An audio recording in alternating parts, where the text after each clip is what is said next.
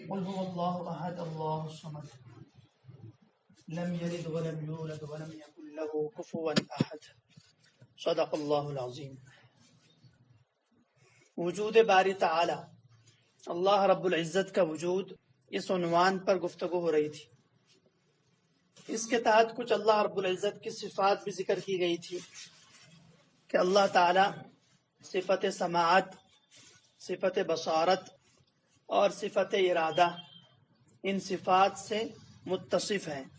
اب کچھ اور صفات اللہ تعالیٰ کی ذکر کی جاتی ہیں کہ اللہ تعالیٰ کے لیے کن کن خوبیوں کو ہم نے ماننا ہے اور کن کن نقائص اور عیوب سے اللہ تعالیٰ کو پاک سمجھنا ہے، تاکہ اللہ تعالیٰ کی شان جس شان کی ہے اس پر ہمارا اعتقاد جم جائے۔ کہتے ہیں کہ اللہ تعالیٰ نے مخلوق کے رزق کا ذمہ لیا ہے۔ اللہ تعالیٰ کے علاوہ دنیا میں کوئی ایسی طاقت نہیں ہے کہ کسی بھی بشر انسان کو رزق دے سکے۔ رزق کی ساری کنجیاں اللہ کے قبضہ قدرت میں۔ جہاں اللہ تعالیٰ خوبیوں کا مالک ہے، تمام صفات کمال، جتنی کمال کی صفات ہیں تمام اللہ تعالیٰ کی ذات میں بیک وقت ایک ساتھ جمع ہوتی۔ ہمارے اندر کسی کے اندر خوبی ایک ہوتی ہے تو ایک خامی ہوتی ہے ساتھ، لیکن اللہ تعالیٰ کے اندر تمام خوبیاں ایک ساتھ بیک وقت موجود ہوتی ہے۔ اسی طرح اللہ تعالیٰ ہر قسم کے نقص اور عیب، کمزوری، محتاجگی اور جو انسان کو بشر ہونے کی وجہ سے خامیاں پیش ہوتی ہیں، اللہ تعالیٰ ان سے منزہ اور پاک ہے۔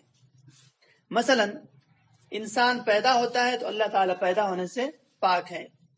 انسان بیمار ہوتا ہے تو اللہ تعالیٰ بیماری سے پاک ہے۔ انسان کے لیے بچپن ہے، جوانی ہے، بڑھاپا ہے، نیند ہے، اونگ ہے، تھکاوٹ ہے، بھول ہے، ان ساری خامیوں سے اللہ رب العزت کی ذات پاک ہے۔ قرآن کریم میں اللہ نے فرمایا، اللہ لا الہ الا هو الحی القیوم، اللہ وہ ذات ہے جس کے علاوہ کوئی معبود نہیں ہے اور اسی نے کائنات کو تھامے رکھا ہے۔ وہ خود سے قائم ہے اور کائنات کا بھی قیام اسی کی وجہ سے ہے۔ الحی ہمیشہ سے زندہ ہے، ہمیشہ زندہ رہے گا۔ آگے فرمایا لا تأخذہ سنۃ ولا نوم، اس ذات کو اونگ بھی نہیں آتی ہے اور نیند بھی نہیں آتی، کیونکہ اونگ اور نیند عیب ہے اور اللہ کی ذات عیوب سے پاک ہے۔ اسی طرح اللہ رب العزت کی ذات بھولنے سے بھی پاک ہے۔ لا یضل ربی، قرآن کریم کہتا ہے لا یضل ربی ولا ینسا، نہ اللہ تعالیٰ بھولتا ہے نہ بھٹکتا ہے، ہر وقت ہر چیز اللہ کو یاد رہتی ہے۔ اسی طرح اللہ رب العزت نے ہر چیز کو وجود عطا فرمایا ہے۔ ہر چیز کے خواص، خاصیتیں اور تاثیریں اللہ ہی نے پیدا فرمائی ہیں۔ کوئی چیز بذات خود اثر انداز نہیں ہو سکتی، اللہ رب العزت نے اس کے اندر اثر پیدا کرنے کی، اثر کی قوت عطا فرمائی۔ بارش آنے سے پہلے ٹھنڈک کے آثار ہوتے ہیں، یہ بارش کا اثر ہے۔ کہیں آگ جل رہی ہو تو اطراف میں گرمی کے آثار ہوں، یہ جو اثرات ہوتے ہیں، تاثیر، یہ اللہ رب العزت نے چیزوں میں پیدا کی ہے۔ یہی وجہ ہے کہ اللہ تعالیٰ بعض مرتبہ چیزوں کی تاثیر چھین لیتے ہیں تو وہ چیز اپنا اثر نہیں دکھاتی۔ چھری کے اندر کاٹنے کا اثر ہے تو اللہ تعالیٰ نے حضرت اسماعیل کے لیے وہ اثر چھین لیا اور ان کی گردن نہ کٹ سکی۔ آگ کے اندر جلانے کا اثر ہے، خاصیت ہے، وہ اللہ نے رکھی ہے تو ہے، بالذات آگ کا کوئی اپنا کمال نہیں ہے۔ حضرت ابراہیم علیہ نبینا وعلیہ الصلوۃ والسلام کو آگ میں ڈالا گیا، اللہ نے وہ خاصیت اور وہ اثر چھین لیا تو آگ تو گلزار بن گئی۔ تو معلوم ہوا کہ چیزوں کے اندر جو تاثیر ہے وہ بذات خود ان کا اپنا کمال نہیں ہے، اللہ رب العزت کا عطا کیا ہوا خاصہ ہے۔ یہ خاصیتیں اللہ کی عطا کرتا ہے۔ یہیں سے معلوم ہوا کہ ہر چیز میں نفع اور نقصان بھی اللہ تعالیٰ ہی کا ڈالا ہوا ہے۔ کوئی چیز بذات نافع نہیں ہے اور کوئی بھی چیز بذات نقصان دہ نہیں۔ اللہ کے نفع اس کے اندر پیدا کرنے کی وجہ سے وہ چیز نفع دے رہی ہے، اور اللہ کے سانپ کو کاٹنے کی، ڈسنے کی قوت عطا کرنے کی وجہ سے وہ کاٹ رہا ہے، اس کے ذہن میں اثر ہو رہا ہے۔ اگر اللہ تعالیٰ کسی کے لیے وہ اثر کا خاصہ ختم کر دے تو پھر سانپ کاٹے اس کے باوجود بھی آدمی زندہ رہ سکتا ہے۔ زہر کے اندر اللہ رب العزت نے ایک جان لینے کی خاصیت عطا فرمائی۔ اللہ اگر چاہیں تو وہی خاصیت چھین سکتے ہیں، لیکن یاد رکھیے ایک ہوتی ہے قدرت اللہ اور ایک ہوتی ہے سنت اللہ، ان دونوں میں تھوڑا سا فرق ہے۔ قدرت اللہ کا مطلب ہوتا ہے اللہ تعالی ہر چیز پر کسی بھی وقت قادر ہے، جو چاہے کر سکتے ہیں۔ یہ تو اللہ کی قدرت کا شاہکار ہے۔ اللہ اس انداز کے قادر ہیں کہ جب چاہیں جو چاہیں جس کے ساتھ چاہیں جیسے چاہیں کر سکتے ہیں، کوئی اللہ کو روکنے والا نہیں۔ لیکن ایک اللہ کا قانون اور سنت ہے۔ دنیا چلانے کے لیے اللہ تعالیٰ نے کچھ قانون بنائے کہ کوئی شخص آگ میں جائیں گا تو قانون یہ ہے کہ جلے گا، کوئی چیز ٹھنڈک میں جائیں گی تو قانون ہے کہ جمے گی۔ اس طرح کے اللہ کے قانون بنائے۔ قدرت الگ ہوتی ہے۔ قدرت کا مطلب ہوتا ہے کہ اللہ تعالیٰ اپنی قدرت سے اس قانون کے خلاف کر سکتا ہے۔ مثلا قانون یہ ہے کہ ماں اور باپ یعنی میاں اور بیوی ملیں گے تو بچہ ہوگا، یہ تو قانون ہے۔ اسی قانون کے تحت ہزاروں انسان پیدا ہوتے، لیکن قدرت یہ ہے کہ بغیر شوہر کے حضرت مریم کو بیٹا عطا کر دیا۔ یہ قدرت اور وہ قانون ہے۔ قدرت کا اظہار ہر جگہ نہیں ہوگا، ہر ایک کے ساتھ نہیں ہوگا، ہر وقت نہیں ہوگا۔ سنت پر ہر ایک کو اللہ تعالیٰ چلائے، قانون پر ہر ایک کو چلائے، دنیاوی قانون ہے۔ اب کوئی شخص یوں کہیں کہ چونکہ اللہ تعالیٰ نفع دینے والا ہے، نقصان دینے والا ہے، لہٰذا میں اللہ کے نام لے کر آگ میں کود جاتا ہوں اللہ کی قدرت کے بھروسے پر، تو ایسا آدمی خودکشی کا مرتکب ہے۔ کیونکہ ہر کوئی ایسا نہیں ہے کہ اللہ تعالیٰ اس کے لیے اپنی قدرت کا اظہار کرے اور قانون بدل دے۔ دنیا میں اگر ہے تو اسباب کے تحت آپ کو چلنا ہوگا اور قانون کے تحت چلنا ہوگا۔ کوئی شخص کہے کہ میں شادی نہ کروں اور اولاد ہو جائے، اللہ تعالیٰ کو قدرت ہے تو ٹھیک ہے، قدرت ہے، لیکن آپ کے لیے تو نہیں۔ وہ تو حضرت عیسیٰ علیہ السلام کے لیے تھی صرف، یا حضرت آدم علیہ السلام کے لیے تھی، یا حضرت حوا علیہ السلام کے لیے۔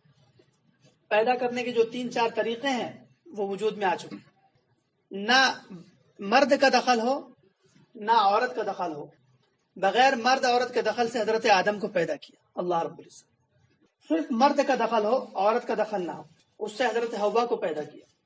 حضرت آدم کی پسلی سے ایک مادہ اٹھایا اور پھر پیدا کیا۔ صرف عورت کا دخل ہو، مرد کا دخل نہ ہو، حضرت عیسیٰ کو پیدا کیا۔ اور مرد عورت دونوں کا دخل ہو، ہم سب پیدا ہو۔ تو یہ جو قدرت ہوتی ہے اس کا اظہار ہر کسی کے لیے نہیں ہوگا، ہر ایک۔ لیکن سنت قانون جو اللہ کا دنیا میں بنایا ہوا ہے اس پر ہر ایک کو چلنا پڑے۔ اسباب جو اللہ نے بنائے ہیں، کھانا کھاؤ گے تو پیٹ بھرے گا، پانی پیو گے تو پیاس بجھے گی، یہ قانون ہے اللہ کا۔ تلوار چلاؤ گے تو گردن کٹے گی، قانون ہے۔ اللہ کی قدرت کے بھروسے پر آپ ایسی کوئی حرکت کریں جس سے آپ کی جان چلی جائے اور قدرت کا انتظار کرتے رہیں، تو یہ علماء کہتے ہیں خودکشی ہوگی۔ کیونکہ قدرت کا اظہار ہر ایک کے لیے، ہر وقت کے لیے، چاہے جتنا متقی ہو، نہیں ہوتا ہے۔ متقی بھی ہے تو اس کو اسباب کے دائرے میں چلنا پڑے گا۔ دنیا دار الاسباب ہے، اللہ نے اسباب کے لیے پیدا کی۔ بہرحال عقیدہ یہی رکھنا ہے کہ اللہ تعالیٰ کی ذات ہی نافع ہے، اللہ کی ذات ہی مضر ہے، اللہ کی ذات ہی نے چیزوں میں خاصیتیں پیدا کی ہیں۔ عقیدہ تو بے شک ہمارا ہو کہ اللہ تعالیٰ ہر وقت کسی بھی خاصیت کو چھین سکتا ہے، لیکن ہمیں قانون اور سنت کے مطابق چلنا ہے، جو اللہ کا دستور بنایا ہوا۔ قدرت کو دیکھتے ہوئے نہیں چلنا ہے، اس پر اب ایمان لانا ہے بس۔ اسی طرح مخلوق کی زندگی اور موت، صحت اور بیماری، اچھائی اور برائی سب اللہ رب العزت کے قبضے میں ہیں، اور وہ جب تک چاہتا ہے مخلوق کو زندہ رکھتا ہے اور جب چاہتا ہے اس کو موت عطا کرتا ہے۔ جب تک چاہیں گا کائنات باقی رہیں گی، اور جب اس کو فنا کرنا چاہیں گا تو قیامت برپا فرما دے گا۔ اللہ تعالیٰ اپنی شأن نشان بہت سے کام کرتا ہے۔ اس شأن نشان کاموں میں کیفیت کا دخل نہیں ہوتا۔ جس طرح ہم اوپر سے نیچے اترتے ہیں تو ایک کیفیت ہے، سیڑھی سے چلنا، اور ایک مستقل ہمارا ایک رنگ بنتا ہے، وہاں سے یہاں تک آئے تھے۔ اللہ تعالیٰ ہر رات آسمان دنیا پر نزول فرماتے ہیں بے شک، لیکن آنے اور جانے اور اترنے کی جو کیفیت ہماری ہے، بالکل اللہ تعالیٰ ان کیفیات سے پاک ہے، جہت سے پاک ہے۔ بلکہ علماء فرماتے ہیں کہ اترنے کا مطلب یہ ہوتا ہے کہ اللہ کی رحمت قریب ہو جاتی ہے۔ اترنے کا وہ مطلب نہیں جو ہم انسانوں کے لیے ہوتا ہے، انسان جسم کے ساتھ اترتا ہے، اس طرح اللہ تعالیٰ اترنے سے آنے اور جانے سے پاک ہے، جہت اور مکان سے پاک ہے، تو اس کا مرادی معنی لیتے ہیں کہ اللہ تعالیٰ کی رحمت قریب ہو جاتی ہے رات کے وقت۔ تو اللہ تعالیٰ جب آسمان دنیا کی طرف نزول فرماتے ہیں تو ان کا نزول بلا کیفیت ہوتا ہے، اور جب قیامت کے دن میدان محشر میں نزول فرمائیں گے تو اس وقت بھی جو نزول ہوگا بغیر کیفیت کے ہوگا، اس کو ہم کیفیت سے تعبیر نہیں کر سکتے۔ اسی طرح اللہ رب العزت کی ذات اور اس کی صفات میں تبدیلیاں اور فنا نہیں ہے، ختم نہیں ہوگی۔ اللہ کی ذات بھی ہمیشہ کے لیے ہے اور اللہ کی صفات بھی ہمیشہ کے لیے ہے۔ وہ رزاق ہمیشہ کے لیے ہے، وہ رحیم ہمیشہ کے لیے ہے۔ اس کے سوا جتنی مخلوقات اللہ نے پیدا فرمائی ہے، ہر مخلوق فانی ہے اور ہلاک ہونے والی ہے۔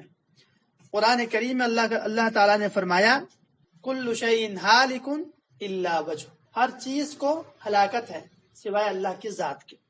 کل من علیہا فان ویبقى وجہ ربک ذو الجلال والاکرام، کہ ہر چیز کو فنا ہے، اللہ کی ذات باقی رہیں گی۔ کہیں کہیں قرآن میں اس طرح کے الفاظ آئیں گے، مثلا وجہ آئیں گا، یدن آئیں گا،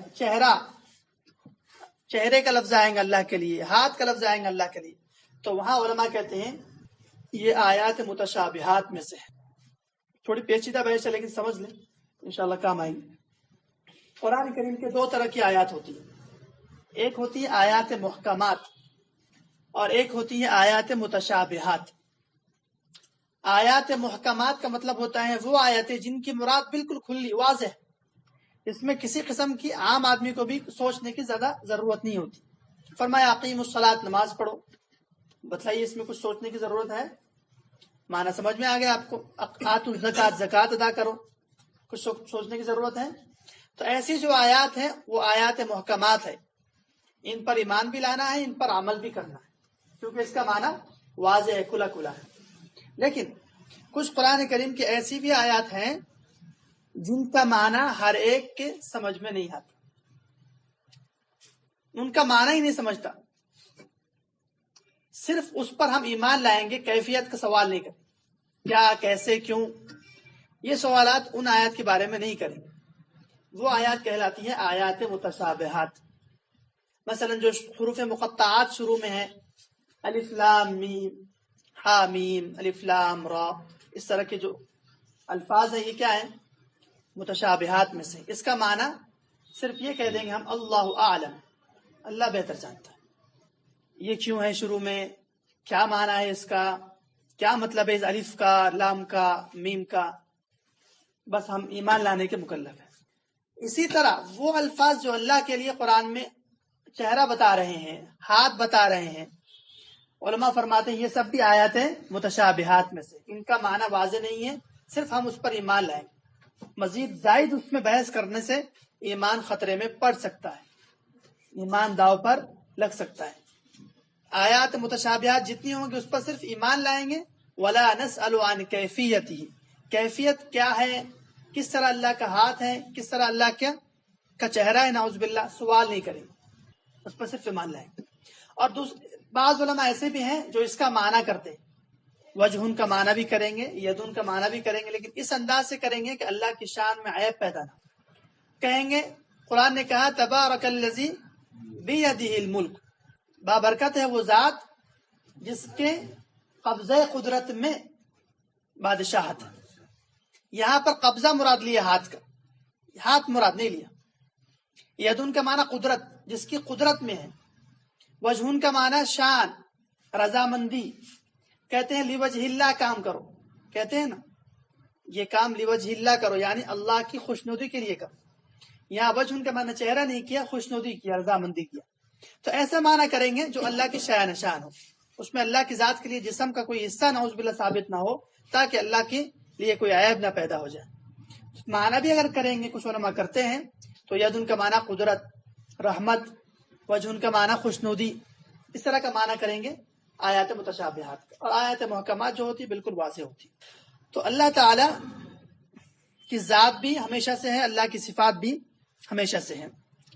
تو آسمان سے نزول فرماتے ہیں بے شک، لیکن بلا کیفیت، اور قیامت میں نزول فرمائیں گے بغیر کیفیت کے۔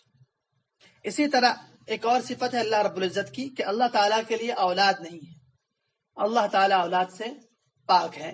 لم یلد ولم یولد، نہ وہ کسی سے پیدا ہوا نہ اس سے کوئی پیدا ہوا، نہ ہی اس کے بیوی اور بچے نعوذ باللہ ہے۔ متخذ صاحبۃ ولا ولد، نہ بیوی ہے نہ بچہ ہے، قرآن نے کہا۔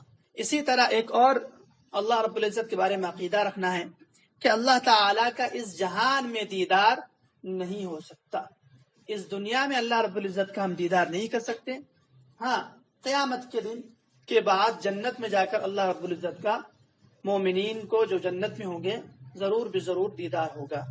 قرآن کریم نے فرمایا لا تدرکہ الابصار، آنکھیں اس اللہ تعالیٰ کا احاطہ نہیں کر سکتی دنیا میں، وہو یدرک الابصار، لیکن وہ ذات ہر آنکھ کا احاطہ کیے ہوئے، ہر ذات کا، دنیا کے حد تک تو ہے۔ کچھ لوگ سوال کریں گے کہ پھر پیغمبر علیہ السلام نے تو معراج کے سفر میں اللہ کا دیدار فرمایا، دیدار تو فرمایا بے شک، لیکن اس جہان سے اس جہان میں جا کر کیا، یہاں سے سفر کیا رات میں، آسمانوں سے اوپر گئے، جنت سے اوپر گئے، اور پھر معلوم ہوا اس جہان سے نکل کر کیا ہے، تو بے شک ہو سکتا ہے۔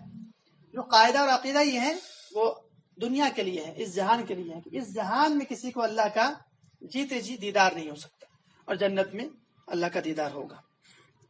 قرآن کریم کی ایک آیت ہے سورہ یونس کی، اس میں فرمایا للذین احسنوا، وہ لوگ جنہوں نے نیکیاں کی، الحسنى، ان کو نمبر 1 جنت ملے گی، اور آگے ہے وزیادۃ، اور کچھ زائد نعمتیں بھی ملیں گی۔ علماء فرماتے ہیں کہ زائد نعمت سے مراد اللہ رب العزت کا دیدار ہے، کیونکہ نعمتیں تو مل گئی جنت ملتے ہی، اب اور زائد کیا رہ گیا؟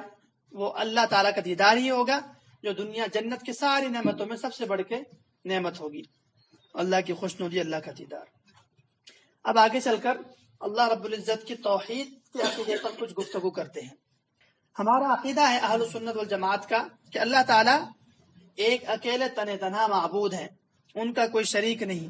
قرآن نے کہا لو کان فیہما آلہۃ الا اللہ لفسدتا، کہ اگر کائنات میں اللہ کے علاوہ اور بھی کوئی معبود ہوتا تو دونوں میں اختلاف ہوتا اور کائنات ختم ہو جاتی، اس میں فساد پیدا ہو جاتا۔ اللہ تعالیٰ ہمیشہ سے ہے، ہمیشہ رہیں گا، اس کی کوئی ابتدا نہیں ہے، اس کی کوئی انتہا نہیں ہے، ہمیشہ سے ہے، بس ہمیشہ رہے گا۔ اسی طرح عبادت صرف اللہ کے لیے شائع نشان ہے، اللہ تعالیٰ ہی حلال کسی چیز کو قرار دینے والا ہے اور اللہ تعالیٰ ہی حرام قرار دینے والا ہے۔ اللہ کے علاوہ کسی ولی، کسی نبی، کسی بھی عالم کو بھی اختیار نہیں ہے کہ کسی چیز کو حلال کر دے، کسی چیز کو حرام کر دے۔ مثال کے طور پر آج کے زمانے میں ہم کہہ سکتے ہیں کہ تصویر حرام ہے، تصویر حرام ہے، یہ اللہ کے نبی علیہ السلام نے حرام قرار دی، حدیث میں ہے اشد الناس عذابا المصورون، کہ سب سے سخت عذاب اگر کسی کو ہوگا تو وہ تصویر کھینچنے والے ہوں۔ اب آج کل ہول سیل میں تصویریں کھینچی جا رہی ہیں، اور عوام ہی نہیں، خواص بھی کھینچتے ہیں، اور کچھ شاید اس کو حلال سمجھنے لگے ہیں صرف علماء کے عمل کو دیکھ کر کہ فلاں عالم بھی تو کرتے ہیں فلاں۔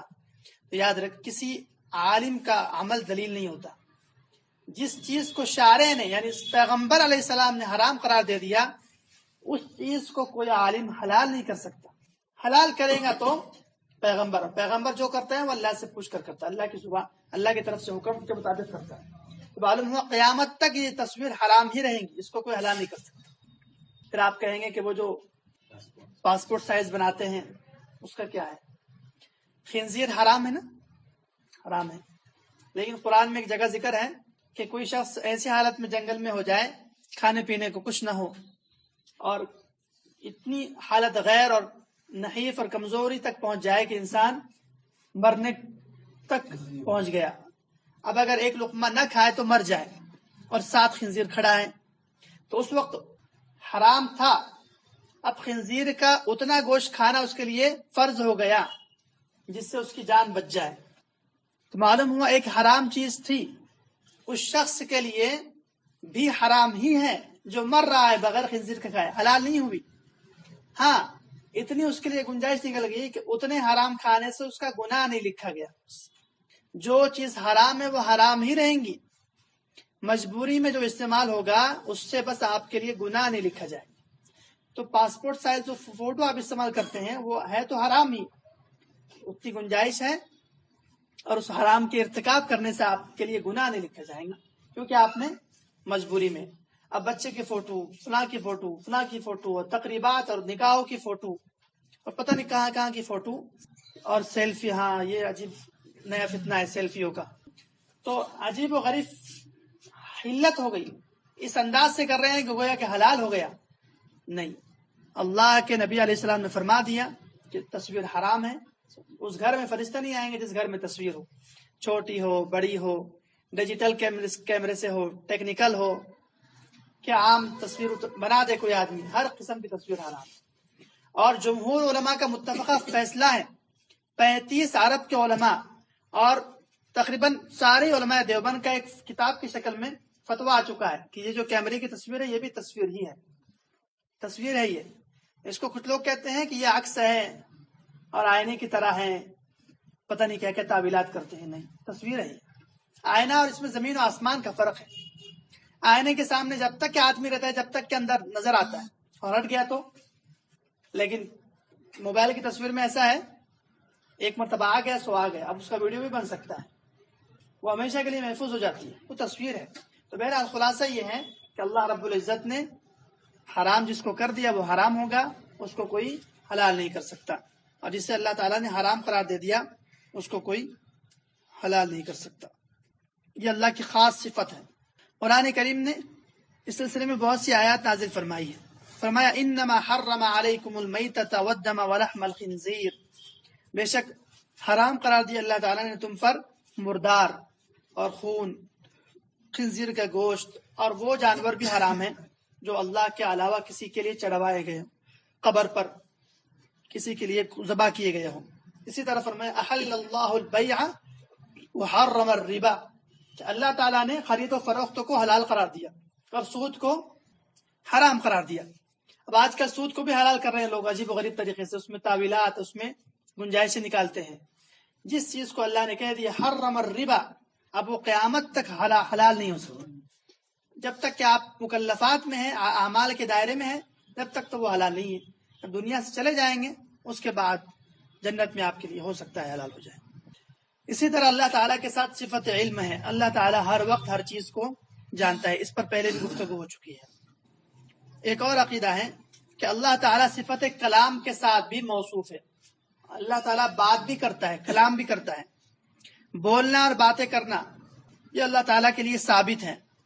حضرت موسیٰ علیہ السلام سے اللہ تعالیٰ نے جو کلام فرمایا، اس کا یہ مطلب نہیں کہ پہلے کلام نہیں فرمایا تھا پھر فرمایا. اس وقت بھی اللہ تعالیٰ متکلم تھے. قرآن کریم نے سارے کا سارا کلام، قرآن کریم سارا کا سارا اللہ رب العزت کا کلام ہے. اور یہ عقیدہ ایک زمانے میں ایک فتنہ اٹھا تھا، فتنہ معتزلہ کا. مامون الرشید ایک بادشاہ گزرے ہیں، ہارون الرشید کے بیٹے تھے. تو ان کے زمانے میں یہ فتنہ اٹھا تھا کہ ایک جماعت معتزلہ کی گمراہ جماعت نے کہا تھا کہ یہ جو قرآن ہے یہ مخلوق ہے، یعنی یہ فانی ہے، نعوذ باللہ.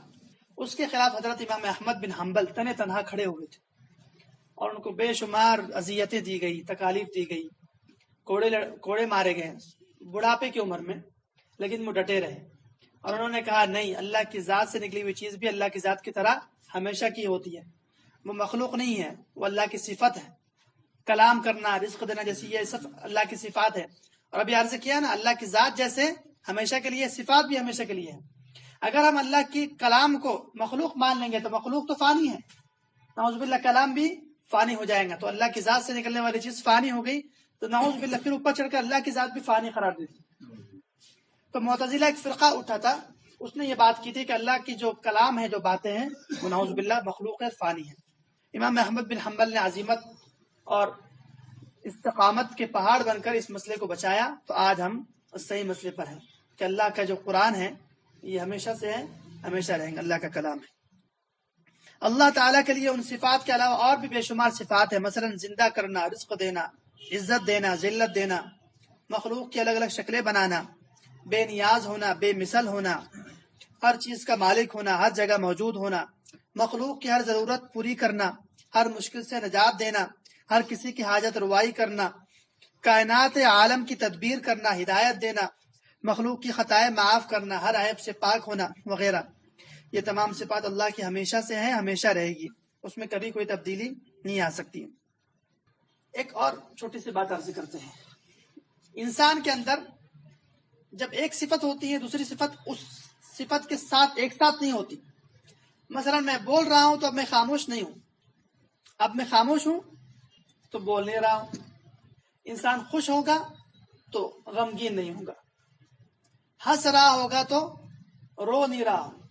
لیکن اللہ رب العزت کی ذات چونکہ خالق ہے، ایک ساتھ بیک وقت تمام صفات موجود ہوتی. اس کی مثال آپ کو شیطان کے واقعے سے، جب اللہ رب العزت نے اس کو نکالا وہاں سے جنت سے تو غصے میں تھے، کہا اخرج، قرآن میں ہے اخرج، ڈانٹ والا انداز ہے، منہا فإنک رجیم، نکل جاؤ یہاں سے تم مردود ہو. تو یہاں غصے کی بات ہو رہی ہے. اسی دفعہ اسی لمحے اس نے دعا کی اور کہا اے اللہ مجھے قیامت تک کے لیے مہلت دے دو، فوراً قبول ہو گئی. معلوم ہوا غصے میں اور قبولیت میں اللہ کے لیے کوئی انسان اگر غصے میں ہوگا اور کوئی شخص، مثال کے طور پر مجھ سے کوئی غصہ ہو گیا، میں نے کسی کو یہاں سے نکال دیا بالفرض، اور وہ کہہ رہا ہے کہ آپ کی ٹوپی دے دیجیے مجھے یا آپ کا چشمہ دے دیجیے، تو غصہ بڑھے گا کم ہوگا؟ اور درخواست قبول ہوں گی کہ رد ہوگی؟ رد ہوگی. لیکن چونکہ خالق ہے، تمام صفات ایک ساتھ ہے موجود، تو اس نے اسی لمحے دعا کی، قبول ہوگی، منظوری ہو گئی. اور انہوں نے کہا ٹھیک، اللہ نے کہا ٹھیک ہے قیامت تک کہ تم کو مہلت ہے. تو یہ اللہ کی خاص صفت ہے، ایک ساتھ تمام چیزیں اللہ کے اندر. اللہ تو کہتے ہیں اس کو تمام صفات بیک وقت ایک ساتھ موجود ہوں، کسی بھی ایک چیز کا محتاج نہیں ہوتا کہ خوش ہے تو غمگین نہیں ہے، غمگین ہے تو خوش نہیں ہے، سب چیزیں موجود ہیں. ایک اور چیز سمجھنے کی ہے کہ اللہ تعالیٰ کے تمام فیصلے، جتنے فیصلے اللہ تعالیٰ فرماتا ہے وہ سارے فیصلے حکمت پر مبنی ہوتے ہیں. اس کے اندر کہیں نہ کہیں حکمتیں ہوتی ہیں. جتنی مخلوقات پیدا کی ہیں، تمام مخلوقات کے پیدا کرنے میں حکیم ہے. کوئی چیز عبث، بیکار، بے فائدہ نہیں پیدا کی، ہر چیز میں کہیں نہ کہیں فائدے، حکمتیں ہوتی ہیں. اس کے کسی بھی فیصلے میں ذرہ برابر ظلم نہیں ہوتا. اس پر واقعات سنا سکتے ہیں کہ تفسیر رازی میں امام فخر الدین رازی علیہ الرحمن سورہ فاتحہ میں الرحمن الرحیم جہاں لفظ آیا ہے سورہ فاتحہ میں، اس کی تشریح میں بہت سے واقعات نقل کیے ہیں کہ اللہ تعالیٰ نے جو کائنات پیدا کی ہیں وہ بے فائدہ نہیں ہے، ہر چیز بے فائدہ نہیں ہے، فائدے کے لیے ہے. اس پر انہوں نے ایک واقعہ نقل کیا ہے، تفصیلی واقعہ ہے، انشاءاللہ آئندہ درس میں سناؤں گا انشاءاللہ. اس واقعہ آپ لوگ یاد دلا دینا کہ بچھو کو اللہ نے کس لیے پیدا کیا اور کس انداز سے بچھو نے کسی شخص کی جان بچائی تھی. اور اس سے انہوں نے یہ بتایا کہ اللہ نے جتنی مخلوقات پیدا کی ہیں وہ ہر مخلوق کا کہیں نہ کہیں فائدہ ہوتا ہے. اسی طرح اللہ تعالیٰ کے لیے قرآن کریم میں کچھ چیزیں ایسی ہیں جن کا ظاہری معنی مراد نہیں لیا جا سکتا. ابھی میں نے عرض کیا مثلا چہرہ، ہاتھ، پنڈلی وغیرہ، ان کے بارے میں ایمان لانا ضروری ہے. ان سے جو مراد اللہ تعالیٰ کی ہے وہ حق ہے، بس یہ کہنا ضروری ہے کہ میں اس پر ایمان لاتا ہوں. اللہ رب العزت کسی کا محتاج نہیں ہے، وہ اپنی ذات، صفات، اپنے کاموں میں کسی کا محتاج نہیں. کل عالم اس کا محتاج ہے. اگر اللہ تعالیٰ عالم کی کسی چیز کا محتاج ہو تو لازم آئے گا کہ اللہ تعالیٰ اپنے محتاج کا محتاج ہے، اور یہ درست نہیں ہے. اسی طرح اللہ تعالیٰ پر کوئی چیز واجب اور ضروری نہیں ہے. کچھ لوگ کہتے ہیں ہم نیکی کر رہے ہیں تو جنت دینا ہی چاہیے. ایک فرقہ معتزلہ بھی عرض کیا، اس فرقے کا یہی عقیدہ ہے. اس فرقے کا دعویٰ یہ ہے کہ جو اطاعت گزار نیکوکار لوگ ہیں اللہ تعالیٰ کے ذمہ واجب ہے کہ ان کو جنت میں ڈالے، اور وہ کہتے ہیں کہ جو گنہگار ہیں اللہ کے ذمہ واجب ہے کہ ان کو جہنم میں ڈالے. یہ اس کا مستقل عقیدہ ہے. اور ہم لوگ کہتے ہیں نہیں، اللہ پر کوئی چیز واجب نہیں ہے. اللہ تعالیٰ اگر چاہیں نیک آدمی تا حیات نیکی کرتا رہا حتیٰ کہ کلمے پر انتقال ہوا، اگر اللہ اس کو جہنم میں ڈال دے تو یہ اللہ کا عدل ہے، یہ اللہ کا عدل ہوگا. اور اگر اللہ تعالیٰ کسی گنہگار کو تا حیات شرک کفر کرنے والا، اس کو اگر اللہ نیکی کی توفیق دے یا بغیر توبہ کے بھی مرنے کے باوجود اللہ اس کو جنت دینا چاہے دے سکتا ہے. وہ خالق اور مالک ہے، اس کا جنت میں ڈالنا اس کے لیے فضل ہو جائے گا. تو یہ تمام عقیدے اللہ تعالیٰ کے لیے ماننا، اس پر ایمان لانا ضروری ہے. اس کے بغیر اللہ تعالیٰ کے توحید رسالت توحید مکمل نہیں ہو سکتی. اللہ تعالیٰ ہم سب کو اللہ کی تمام صفات جس انداز کی، جس شان کی ہے، اس پر کما حق ایمان لانے کی توفیق عطا فرمائے. وآخر دعوانا